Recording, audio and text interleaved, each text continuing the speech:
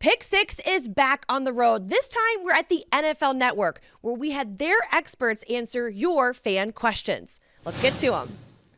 First up is NFL Network's analytics expert Cynthia Freeland, and it's a question from Billy. He asks, trade up or stay put or trade down? Simple yet effective, Billy. Here's Cynthia's answer. Billy, I love this question. Trade up or trade down? Got it. I'm thinking that ultimately I'm going to want to try to explore options to trade up. So I'm looking to trade up. What can I do? What's it going to cost me? However, you have the benefit of also being able to trade down. So that risk reward benefit and the cost analysis that you're going to do in the moment, you've got the perfect GM to get this done. So I would say probably look to trade up, but if it's not there, then trade down and get a huge haul for the future. On to question number 2. From Cody in Mount Vernon, South Dakota. He asks, is it possible the Vikings can stay at 11 and still get their quarterback? Around the NFL podcast host Greg Rosenthal answers this one. I think the Vikings could stay at 11 and get their QB. What I've seen over the years is we always project, there's going to be the first 3 players are going to be quarterbacks. You could see 4 quarterbacks go off the board like right in a row, and inevitably 1 or 2 fall further than you think. J.J. McCarthy especially is a guy that we're hearing more and more could go as high as, the top 2 or 3. And I have a feeling he could fall further than expected. And I don't think there's some huge difference between J.J. McCarthy and especially Michael Penix Jr., maybe Bo Nix taking with one of those first-round picks.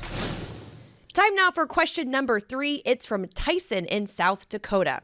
We made some moves on the offensive line, but will we be looking to add more depth or perhaps a starter or 2? NFL Network host Rhett Lewis takes this one. Hey, Tyson. Great question. Right, offensive line, always important, especially if you do find a way to get your quarterback that you see as the franchise quarterback for the next 10 years plus, right, in this draft. I think you always want to continue to beef up the offensive line. And look, maybe that comes, with that 23rd pick if the quarterback comes at 11, and this is an exceptional offensive tackle class. I think you could be looking at guys like Tyler Guyton in that range. You could be looking at Amarius Mims in that range. You could also be looking at, players on the interior or have that flexibility like a Graham Barton from Duke, who's played tackle but could be the best center in this draft. Jackson Powers Johnson as one of those center, maybe move him out to guard type of players. That could be a way that the Vikings go. But since you're from South Dakota, let's load up Mason McCormick later in the draft from the Jacks, right? The multinational championship South Dakota State Jackrabbits, right? So I think there's definitely some offensive line help on the way, one way or another, for your Minnesota Vikings. On to question number 4, we have NFL draft analyst Bucky Brooks on hand to answer Aaron Walker's question. If we don't get the QB we want, do you think they go after 2 first-round defensive players in the draft? Here's Becky. Most teams would opt for the best player available at each of those picks. But when we think about the Vikings, you're trying to build strength on strength. Their defense certainly came on like gangbusters under Brian Flores. I could see them taking multiple defensive players in the first round. One of those guys being someone up front, somebody being in the secondary, particularly someone in place to be ready to take care of Harrison Smith when Harrison Smith eventually retires. Question number 5 is up next. It's from Brian. With the addition of a quarterback in the early, hopefully first rounds of the draft, what other needs should the Vikings attack? Mark Sessler from the Around the NFL podcast answers this one.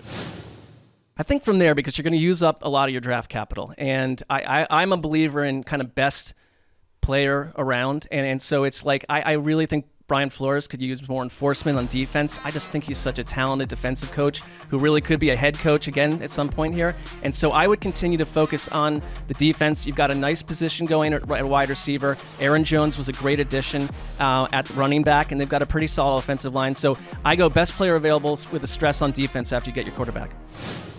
And to round this out with question number 6, we have Randy in Florida asking, what quarterback wouldn't want to play in Minnesota with all the talent we have? NFL Network host Mike Yam takes this one. Well, Randy, you're somewhat accurate here because you guys do have the best wide receiver in the NFL in Justin Jefferson, and I think the offseason move of Aaron Jones helps solidify a backfield that, quite honestly, has struggled since Dalvin Cook hasn't been on this roster. So to me, there is a decent 1-2 punch. Whoever this quarterback is going to be in week number 1 or for the rest of the season will have some pretty good talent around him. Thanks for tuning in to this episode of Pick 6. Look for our call for questions on X at the Vikings account, and maybe your question will end up on the next episode.